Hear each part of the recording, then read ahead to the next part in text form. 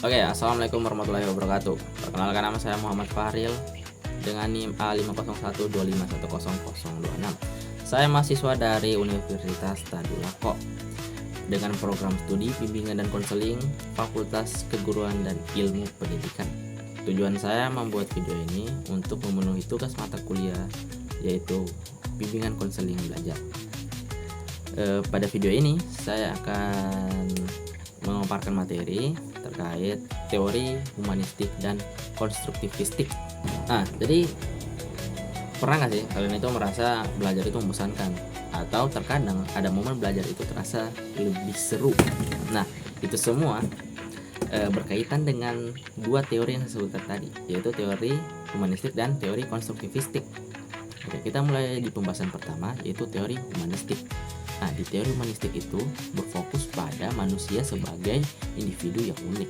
Nah, maksudnya itu belajar bukan cuma soal nilai, tetapi juga tentang mengembangkan diri, memahami perasaan, dan mencapai potensi terbaik. Tokoh utama dalam teori ini yaitu ada si Abraham Maslow dan Carl Rogers. Si Maslow terkenal dengan teori kebutuhan manusia. Menurutnya, seseorang akan kesulitan belajar jika kebutuhannya belum terpenuhi.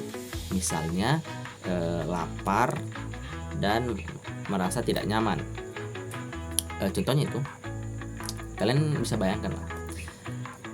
Contohnya kalian itu menjadi siswa yang sedang kelaparan tapi terpaksa masuk ke dalam kelas karena sudah waktunya. Nah, guru itu menjelaskan. Nah, saya yakin kalian itu akan kesulitan fokus karena lapar. Yang kalian pikirkan itu pasti makanan gitu. Guru sudah capek lama menerangkan di depan, kalian malah fokus memikirkan makanan karena lapar, atau bahkan sama sekali tidak punya energi untuk memahami materi tersebut. Nah, untuk yang kedua, yang itu merasa tidak nyaman. Contohnya itu mungkin si guru itu terlalu menekan murid-muridnya sehingga muridnya itu merasa tidak nyaman gitu. Nah, untuk si Carl Rogers menekankan bahwa belajar itu harus berfokus pada siswa, bukan guru. Nah, jadi seperti itu. Nah, contohnya dalam kehidupan sehari-hari, misalnya di kelas ada siswa yang terlihat kurang fokus. Nah, alih-alih si guru itu memarahi si siswa, si guru itu malah mendekati dan bertanya, "Kamu kenapa? Apakah ada masalah hari ini? Apakah ada yang kamu pikirkan?" Dan ternyata si siswa tersebut memiliki masalah di rumah. Dan disinilah pendekatan humanistik bekerja. Si guru memahami kondisi siswa terlebih dahulu sebelum memutuskan untuk menuntut siswa tersebut belajar. Kelebihan dari teori humanistik, yang pertama itu membuat siswa merasa lebih dihargai. Yang kedua, meningkatkan motivasi belajar dari dalam diri. Yang ketiga, hubungan guru dan siswa menjadi lebih dekat. Dan untuk kekurangannya sendiri, sulit diterapkan jika siswanya banyak. Yang kedua, tidak semua guru mampu memahami kondisi emosional dari setiap siswa. Implikasi dalam pembelajaran, guru menjadi fasilitator, bukan pusat segalanya. Maksudnya itu guru membantu siswa dalam belajar, mengarahkan dia ke jalan yang benar, dan si siswa memegang kendali penuh atas dirinya sendiri. Dia yang menentukan dia ke depannya akan menjadi seperti apa. Dia menentukan jalan mana yang dia pilih. Si guru tersebut itu harus menuntun siswa tersebut untuk ke jalan yang benar. Yang kedua, suasana belajar dibuat nyaman dan tidak menekan. Yang ketiga, siswa diberi kebebasan untuk berpendapat. Nah, masuk ke pembahasan kedua, teori konstruktivistik. Di teori ini mengatakan bahwa pengetahuan tidak diberikan begitu saja, tetapi didapatkan dengan cara dibangun sendiri melalui pengalaman. Tokohnya itu ada si Jean Piaget dan Lev Vygotsky. Si Piaget menekankan cara berpikir anak, sedangkan si Vygotsky menekankan pentingnya interaksi sosial dalam belajar. Untuk contoh nyatanya, misalnya ada guru yang sedang menjelaskan tentang gaya gravitasi. Nah, alih-alih hanya mencatatnya di papan tulis, si guru tersebut menjelaskan cara kerja gaya gravitasi dan menyuruh dan mengajak siswa-siswanya untuk menjatuhkan benda gitu. Jadi mereka melihat langsung gitu, cara kerja gravitasi seperti apa. Contohnya kan seperti ini. Sek. Kenapa benda ini bisa jatuh? Karena dia ditarik oleh gaya gravitasi. Nah, maksudnya seperti itu. Ini gunanya apa? Jadi gunanya itu siswa itu bisa menjadi lebih paham. Mereka bisa menyimpulkan sendiri, bisa menjadi berpikir lebih kritis.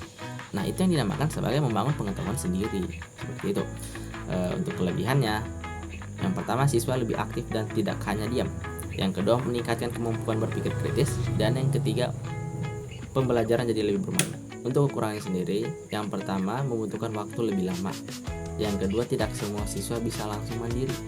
Dan yang ketiga, guru harus kreatif dalam mengajar. Nah, implikasi dalam pembelajaran yaitu yang pertama, menggunakan diskusi kelompok. Contohnya itu mungkin di sebuah kelas terdapat 20 siswa.